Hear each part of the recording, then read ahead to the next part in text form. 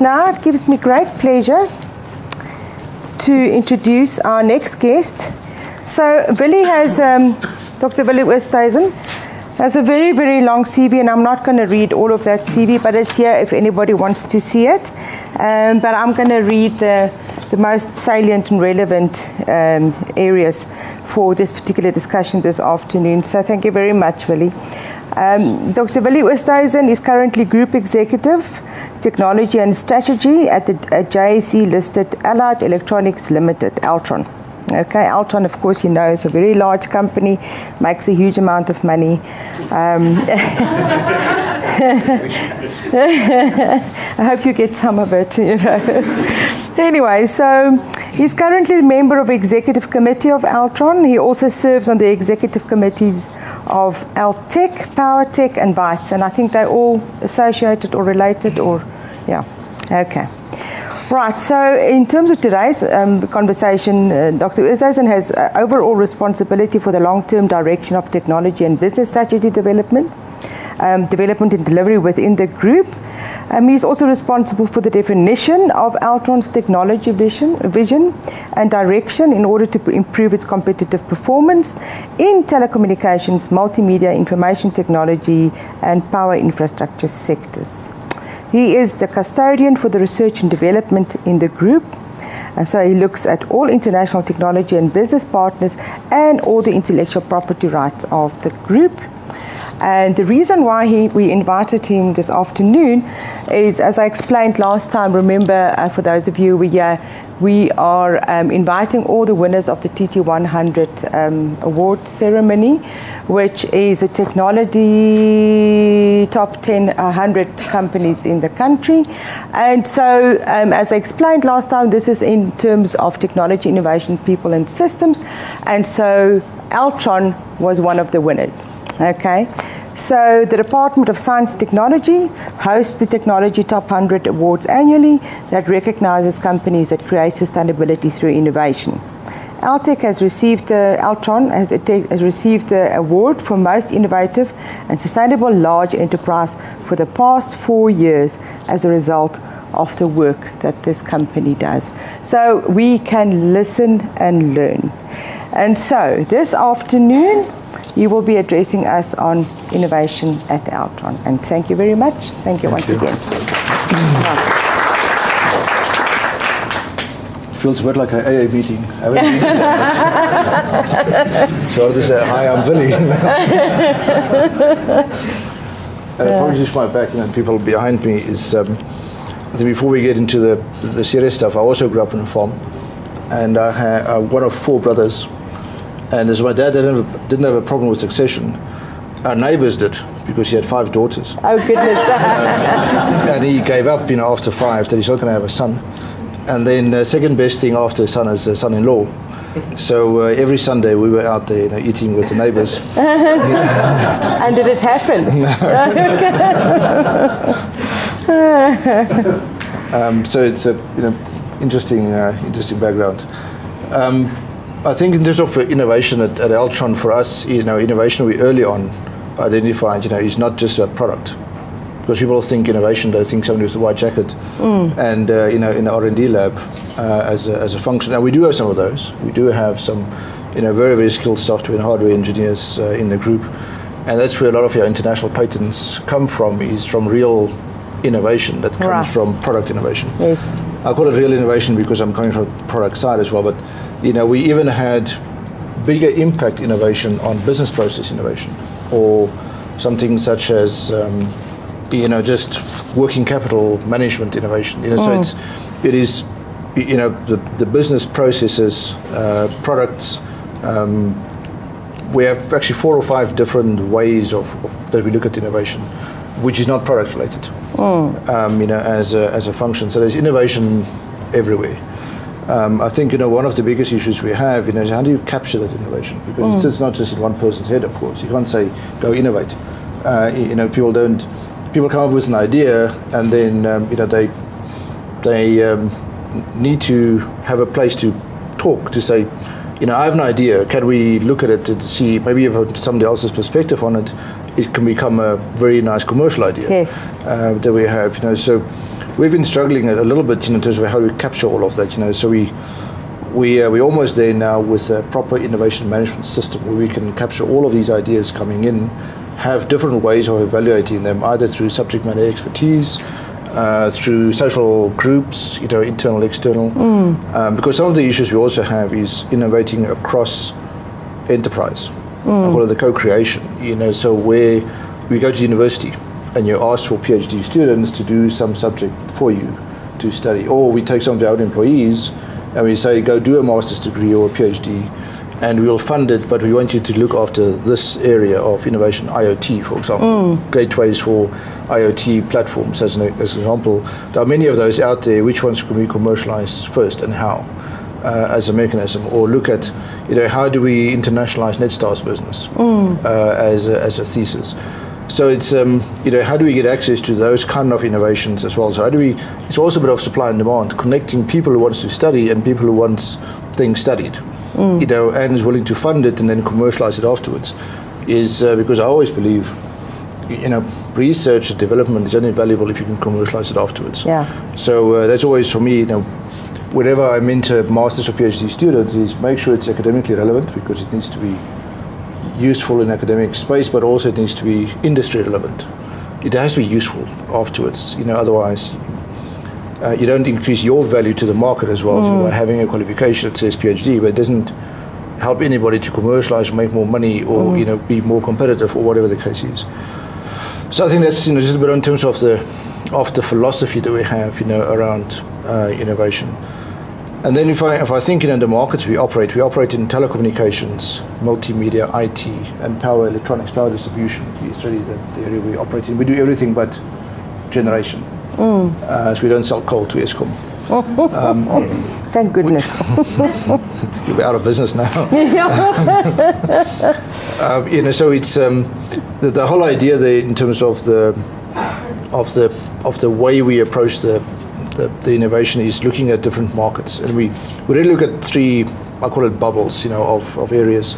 One is our own operations. Are we still competitive? Do we focus on the right technology areas? Do we have the right operating models? So should we innovate around the operating models of the businesses themselves? Are we too capital intensive? In manufacturing, for example, so looking at the velocity, productivity, sustainability of the business, and actually having a practice around it. To say every year we take all our businesses and we see, are they still sustainable? We look at a portfolio. It's almost like a stock portfolio that we look at assets of the different companies. We have 17 or 18 different operating entities that each could have 4 or 5 small companies inside it. Is then to say, is this company still sustainable? Is it in a growth phase? Is it in an incubation phase? Is it a mature phase? Mature is where you make money from it. Is it in an end of life phase? Is it going towards the end of its life cycle? And if it's in a value destruction phase, which you don't actually want to be in, and we were in that. That's why people who read a lot about Altron, we lost 1.1 billion rand last year. So we've made lots of money before, but not last year. Only last year. Okay. So, and the main issue was we had companies like PowerTech, which is in the manufacturing and for transformers and cables, and those kind of things. Hugely capital intensive businesses with huge cost structures, and then we didn't have demand for some of the product. As a lot of African countries slowed down in terms of energy grid build-outs, or they started buying Chinese. And you have to compete with the Chinese. The market's changed dramatically. No, that's interesting. So, for us to say then, if a business goes into value destruction, can I get it out or must I get rid of it, as quickly as possible? But you actually want to try and not be there, because then you get the big losses. And similar to one or two of the other manufacturers, we waited too long to sell AutoPage. It's a company that generated 400-500 million rand profits a year. You were literally sitting on your hands and the money was coming in. Because you just sold cell phone contracts and people would, but we waited too long. And the operators started making the market non-competitive for us, and we went into a value destroying phase. So for us, in terms of operations of businesses, we now have a practice where we look at, how do they move year on year, 5 years forward, 3 years forward, 5 years back, and we look at the trends of every business, and then based on that, we decide, do we hang on to this asset, or do we exit the market, or do we have to change the operating model of the companies that we are operating, which got nothing to do with technology. This is just business principles that we're looking at. Then we do look at customers, how our customer requirements are shifting. So there's a whole innovation around understanding what do we sell customers now and what are they going to buy 3 years from now, because their industries are also being disrupted through digitalization. And for me, it's, you name an industry and I'll name you an example of digital disruption that happens in that industry. So it is not just Netflix disrupting DSTV, or iTunes disrupting the musicas of the world, or those kind of examples of Uber for the taxis and Airbnb for the retail industry, for the hospitality. Almost every industry has a digital disruption either coming or about to happen that they have there. And even in our own industry, digitalization, cloud, is digitalization of compute capacity. So it takes the service out of your data center, moves it to Microsoft's, and it disappears. So all the people that used to support those servers, people used to make the backups, and they used the disaster recovery, and they used to put the firewalls and the security and the outsourcing. We've got customers who've got 500 people on premise doing outsourcing, and that all's going to go away. So we have to make sure that how do we transition as the technology changes, to make sure we're still relevant. Because there might be more money to be made, they're more profitable, but you don't need 500 people to do that necessarily. Some robots will take over, artificial intelligence will take over, digitalization, you don't need to carry the server anymore, you don't have to plug it in, you don't have to back it up, you don't have to carry the tapes around. All of that stuff's going to disappear.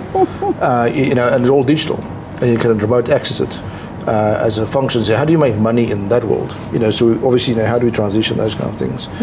So it's really understanding disruption trends in each of the technology areas, and then how do we go about doing some of that in terms of what our customers want. So very interesting, some of our customers in our value businesses where we own the IP is like Netstar's fleet, and the biggest issue there is theft of high value items. A cigarette truck carries more value than a cash in transit truck. So British American Tobacco, these trucks, they hit 30 to 40 million rands worth of cigarettes in one truck. And that's a commodity you can sell very quickly. We built technology that traces, some of these the goods when they're stolen, and some of these things 48 hours from when the truck is hit until the product is consumed, not distributed, consumed. So we can learn a lot about logistics, from cigarette thieves. And if you have that kind of industry, they hit 2 to 3 trucks a week at 20 to 30 million. Let's say 2 or 3 are successful. 40 million a week, pure profit. This is a big industry, so they could hire electrical and electronic engineers that we can't afford to work for them, to work counter. How do you get a truck to be hijacked without being discovered, or the truck can't be found, or you get enough time to get away. So our customers come to us and say, I need a mechanism to do signal jamming detection. I need you to do analytics to say, typically the hijacked trucks in these areas this time of night, and these days.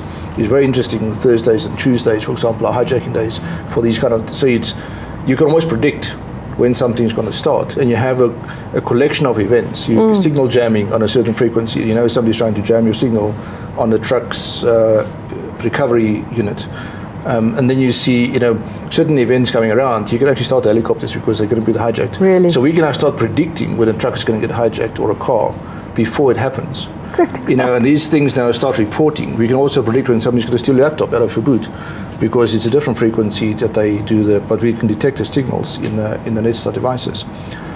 We are very good at defining and designing technology. We're not very good at marketing and selling it yet. So there's a lot of room for marketing innovation. For making money. at Altron, and how we monetize some of these inventions, because we actually have an application that I've got on the phone that will warn you that if you're in your car and somebody tries to jam the signal in your car, when you go to the garage and they want to steal a laptop, or we will send you, I can see you now entering a zone where there's activity where people are actually jamming signals on cars. They are not there to hijack your car, they are there to steal a laptop, because we can differentiate which one that they have. So these are kind of innovations where the customers ask us, we need more help on certain areas. To interrupt, this technology, does it only apply to assets that are movables or even immovable assets? It's immovable, a very good question. It's immovable assets as well. So we started and we thought, anything you have to track has to move. But some stuff should not move. So we have a Immovables. we have a device that we designed. It's about the size of a woman's lipstick now, and it has a battery life of about 7 to 10 years.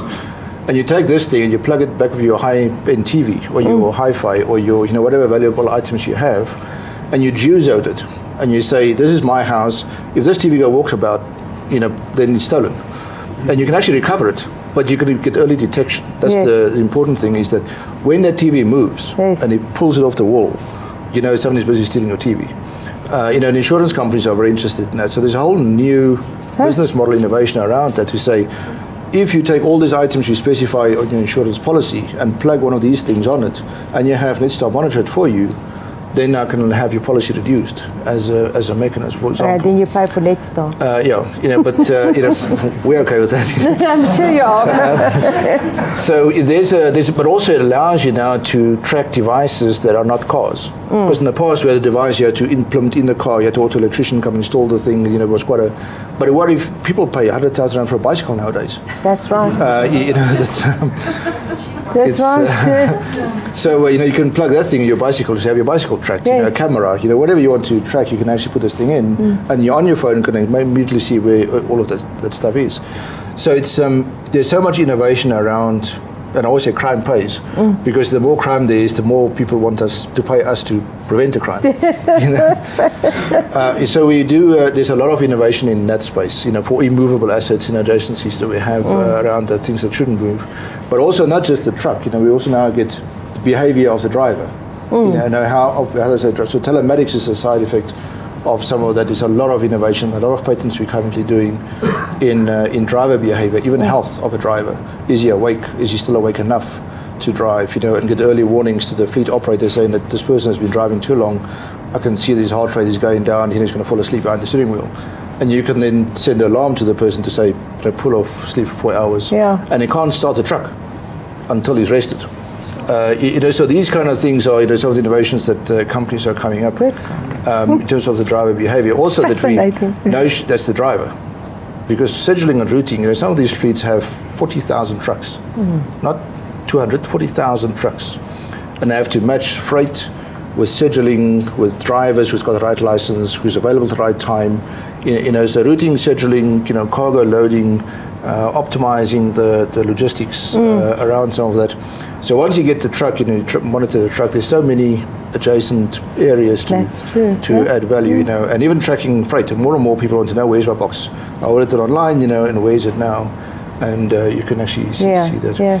So there's in those areas and I think health tech and fintech are the two other areas we do a lot of own innovation, where we own intellectual property, we own the software that we manage there. But the most interesting ones are things you can associate, like the telematics and insurance components that we see, and that's where a lot simple things. Insurance companies say, "Can you detect if somebody take his car to a racing track?" So we obviously geozone all the racing tracks as no-go zones. And also it doesn't mean if I take my car onto the racing track, I'm actually racing. I might just go watch the racing. Yes. But you can actually now say the guy is in the racing area and he is racing. Okay. Because we track, the pattern of your car. If you go 10 times around the circle or a certain, and a certain speed, then we know you're racing. So, and that information will then be reported to your insurance company, as an example. So there's the big data analytics is another area, and artificial intelligence is an area where we are looking a lot into now for new business models, and mainly for prediction. How do we predict something's going to happen before it happens? Because if you know it's going to happen, then you can do something fast about it. Simple things is like churn of users. We have a big problem with churn of customers. And how do you prevent somebody from churning? So when are you going to sell your car? Because when you sell your car, you churn. Whoever puts a new device in your car, is going to. Right. So it's almost like prediction of churn analysis. So I can call you and say, I know you're buying a new car. Can I come and install an Netstar in your new car? Or can I take the old one out and put it in your new car as a mechanism to manage that?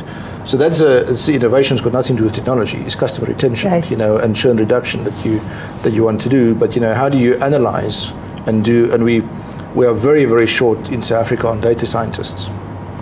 and I'm not talking actuaries posing to be data scientists. Yes. Yeah. Data scientists, people who know how to look at data, analyze it, and teach artificial intelligence machines with computer code how to repeat and improve and teach itself to do that. That's where most of the actuaries are a bit shaky. They can tell you about the patterns and what you have to look out for, but the moment you say, no, teach the computer to do that, then you're in deep water. So that's definitely a very exciting area in terms of innovation on big data analytics. Is how do we get proper data scientist functions, into some of the businesses, and I think it's a big requirement, for different customers that we see that. So all of them asking us, can you please build me a big data analytics engine that will tell me, optimize my fleet? And we do some of them, but it's very early days. So innovation in that space is we're going to make a lot of money, in that space. And simple things like, which truck should I use to transport this from Cape Town to Joburg? Yeah. I've got 2,000 trucks in Cape Town, which I can choose of. We've got 15 years of history of truck economy. Which truck is more efficient on fuel, which has got lower operating cost, right. Which one is suited for this, is there a driver available, and can you maybe share loads, whatever.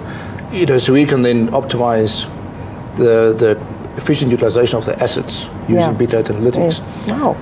An interesting thing you find out, sometimes you find stuff out you weren't looking for, which is what I learned from big data analytics was the most interesting thing, is we, one of our customers is a very big beer company.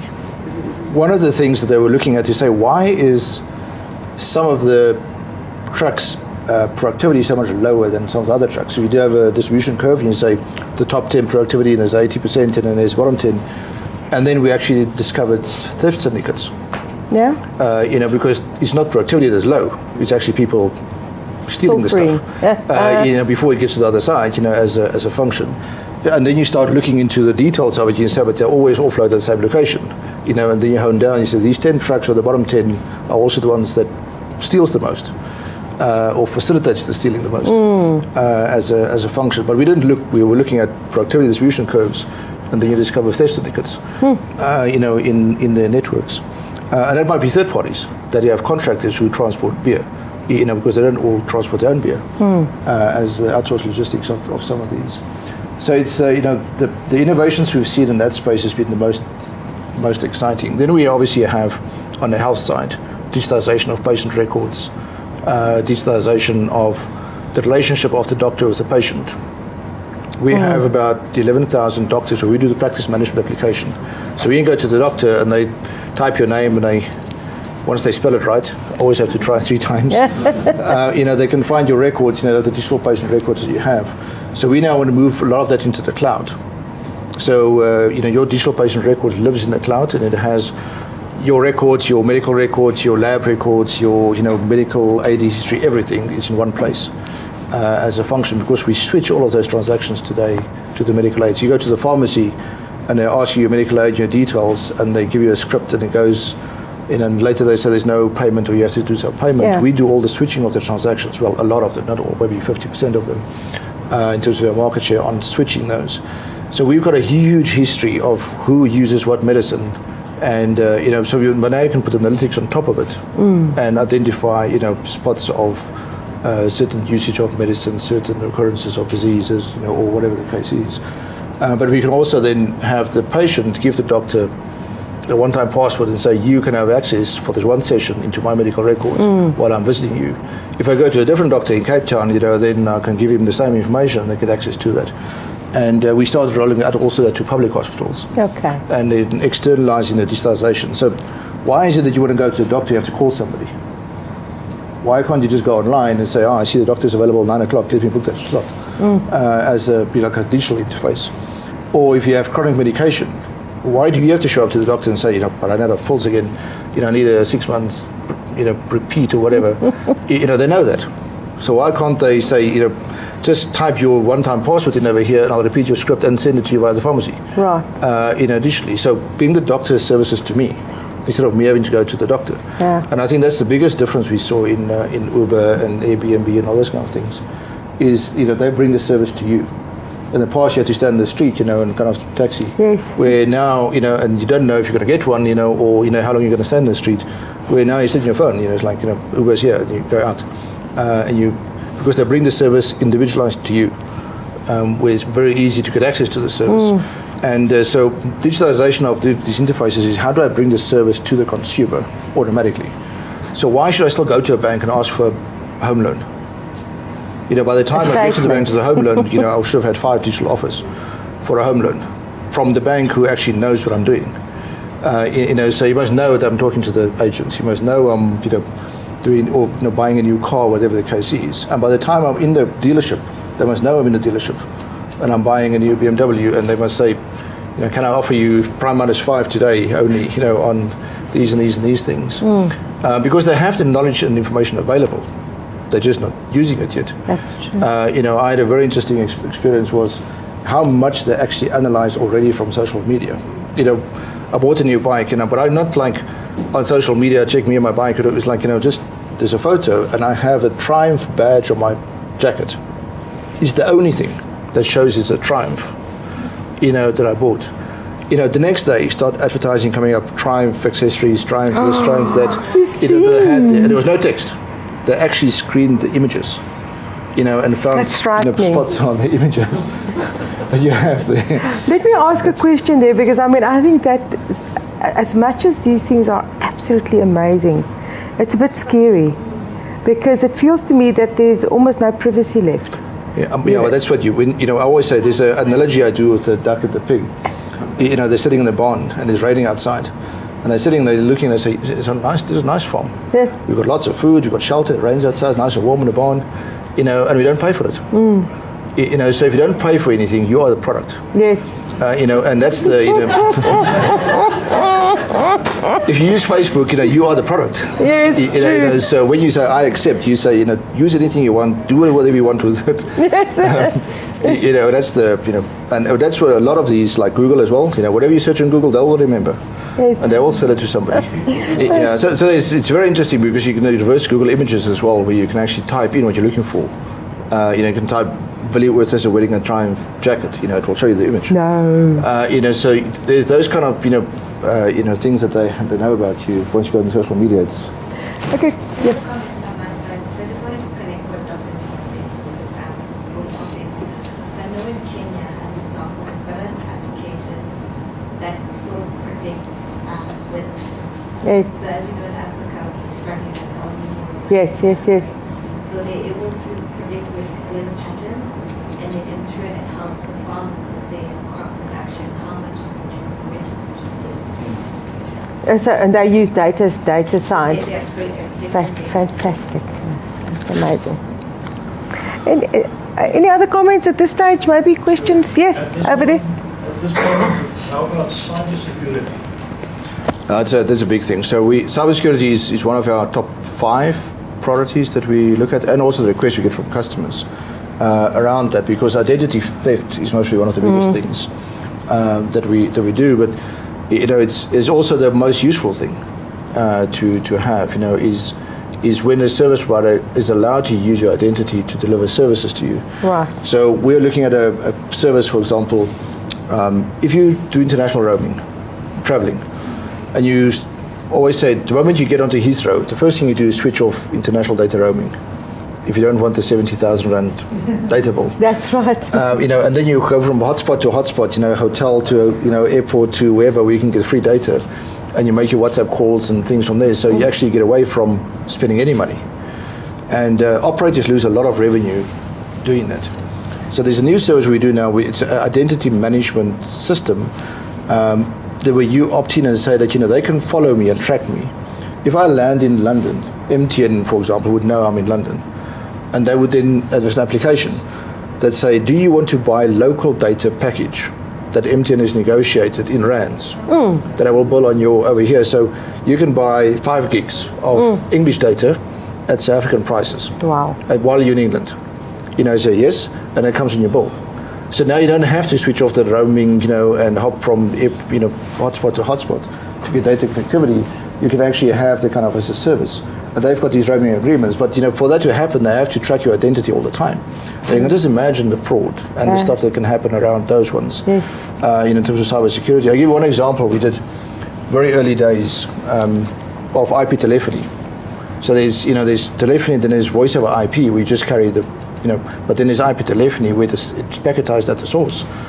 And we implemented at Cisco internationally, worldwide. And we had a very big implementation in London. And we had something called a personal assistant, digital personal assistant.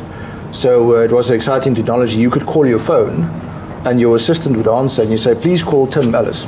And it would go and direct you to Tim Ellis. Is that the number? Yes. And then it calls. So it was like an assistant always on, but it was your telephone. The problem was, you could also say, please call my family in Pakistan. Yeah. To say, I don't find the number, please repeat the number. And you put the number in and it dials. And there was no security. Yeah. And the first month we got a £29,000 bill from one extension. And so what happened there was somebody figured this out from outside of Cisco at the time. And he opened up a internet cafe with cheap dial back to Pakistan from London. And people would pay him some money and he would say, what's the number? He would get the personal assistant of the extension to dial the number in Pakistan. This guy would chat for like an hour for £20. And it cost us the first month £29,000. Now we like, what's happening? It's impossible that one guy can sit at his desk and dial Pakistan all day long, over the weekends and holidays and whatever. Because that line was 24 hours consumed as a function. Even if you were in the office, your personal assistant was dialing up Pakistanis. So there was, so cybersecurity can be at different forms. It can be identity theft, it could be securing, it can be controlling financial losses. Yeah. I just want to ask, so you're talking about many different technologies, very much into the data space. You need big data for almost everything that you've explained. Online, in-memory kind of data.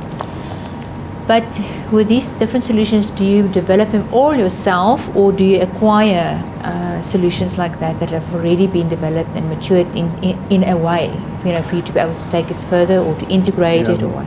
I think it's all of the above. So for example, in some places people just want data warehouse, and then we take a Teradata platform where we do system integration and we help them implement that.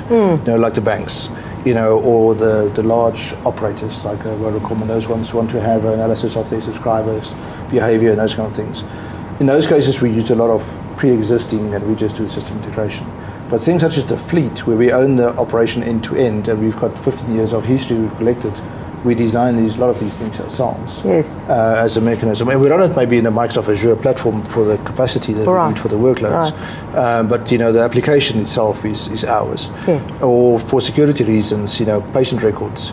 Somebody hacks into your patient record history database, your liabilities.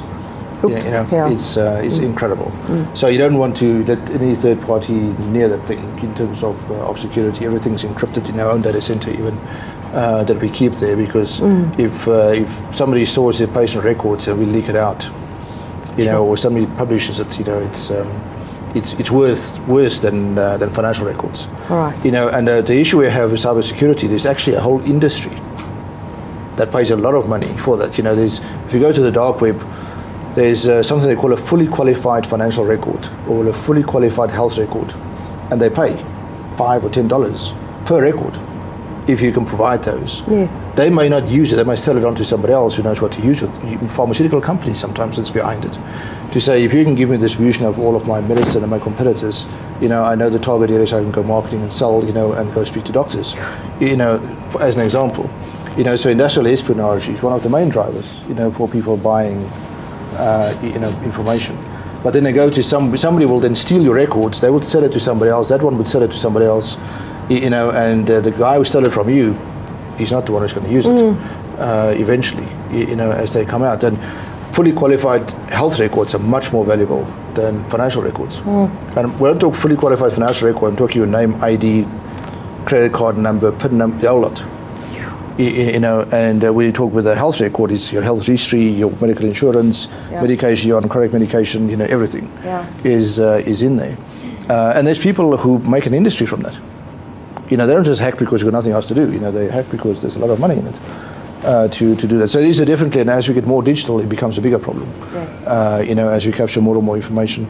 I think the last one topic I want to talk about is mainly, we talked about digital disruption, but I went to an event at Singularity University, which is, funded by Google and by Tesla, the Tesla Elon Musk company. So all of those kind of functions. So they're thinking about, really radical things. So how do you capture a water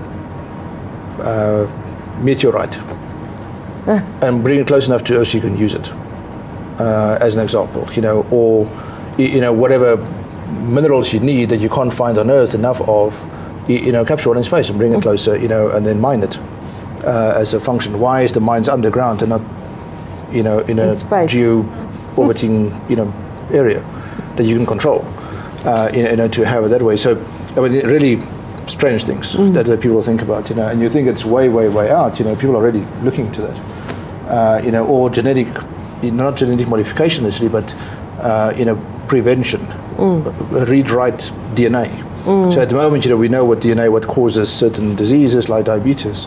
Why not remove that tendency, from an embryo and make sure that we'll never have diabetes?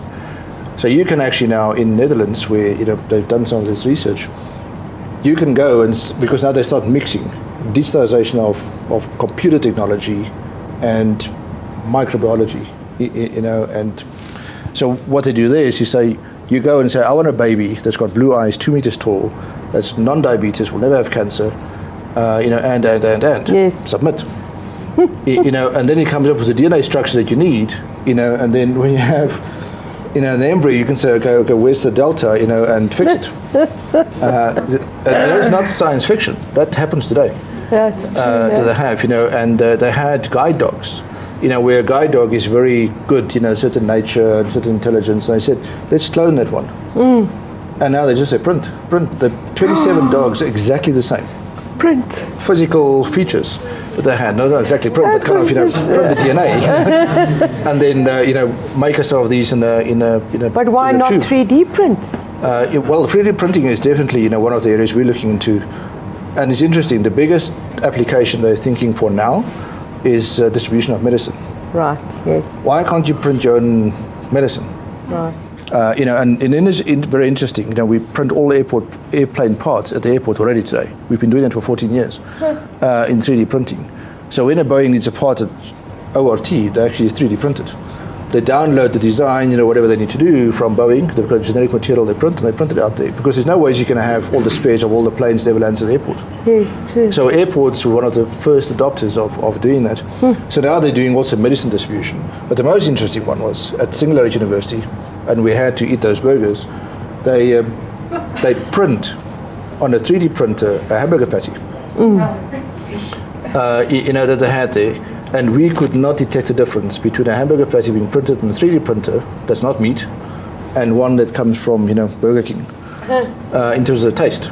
And they actually had a competition in the US, where they had executives from Burger King and McDonald's or whatever come and say, you tell the difference. Yes. And I couldn't. Yeah. So the interesting thing they said at this university was, they said, if you tell your grandchildren you killed animals to have hamburgers, they're going to think you're like caveman. Yes. Because if you want to print yourself a hamburger, it's like, it's a formality of kill animals. Okay, thank you very much. Listen, people, we have about 5 minutes for questions, comments, contributions. Yeah, Emika? If you have less criminals, I think that's part of your business with that.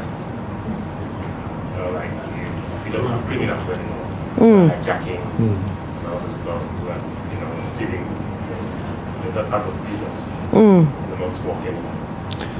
Yeah, I think, but that's also why we diversify, because if we want to be relevant, for example, in a first world country where there's a lot less crime, like we want to enter the German market, or the French market, or like we do now, Emirates and also Australia, you have to have other value propositions that's not linked to crime. So we actually don't do stolen vehicle recovery in Australia. We only do fleet telematics, so it's only about optimizing the usage of the fleet and the truck, and the routing and scheduling, and they've got different requirements where they would say, we want to outsource cleaning of the streets, but we actually want to track all of our outsourced providers' vehicles. Did he actually clean the street before I pay him? You know, so now they would clean the street, and you know, you've got this block of 10 streets to clean. Once it's all done, we've actually tracked your vehicle cleaning the street, the thing with the brushes or whatever. Right, yes. And once it's done, I'll pay you. You know, but I know you've done the work. I don't have to send the inspector. You know, my tracking device is actually inspecting your work. As an example. So those are kind of new things we see. Then in the requirements are slightly different. You know, some of them are like in mining. You know, as well as some of these self-driving trucks in mining now, where there's got new requirements around safety features and stopping ability and 360 visibility on cameras and so on that you have to provide. You know, so there's, when you get in that market, there's so many diversifications. You know, Putco, for example, in South Africa wants to know that everybody pay who gets into the bus. You know, so you actually count the heads in a camera. You know, it says, okay, you know, if I count all of these people, how much money did I just collect? Yes. Did everybody pay? As an example, you know, and you want to build things like you tap on and off on the bus. Even the taxis, we're trialing a version of that, where you tap onto the taxi, it knows how far you went, you tap out on the door, and it takes just a certain amount of money, depending on how far you took the taxi or the bus. So there are so many innovations around transport, you know, as a mechanism in different industries.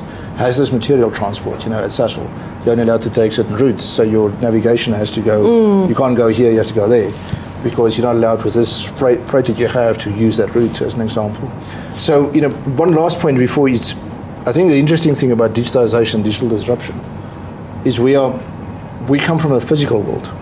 You know, financial has got branches, you know, ATMs and POS terminals and cards and those kind of things.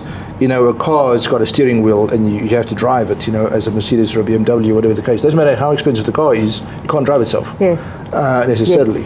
You know, and then also in things like utilities, you know, and there's so many of these where things are physical, and now we're trying to become digital.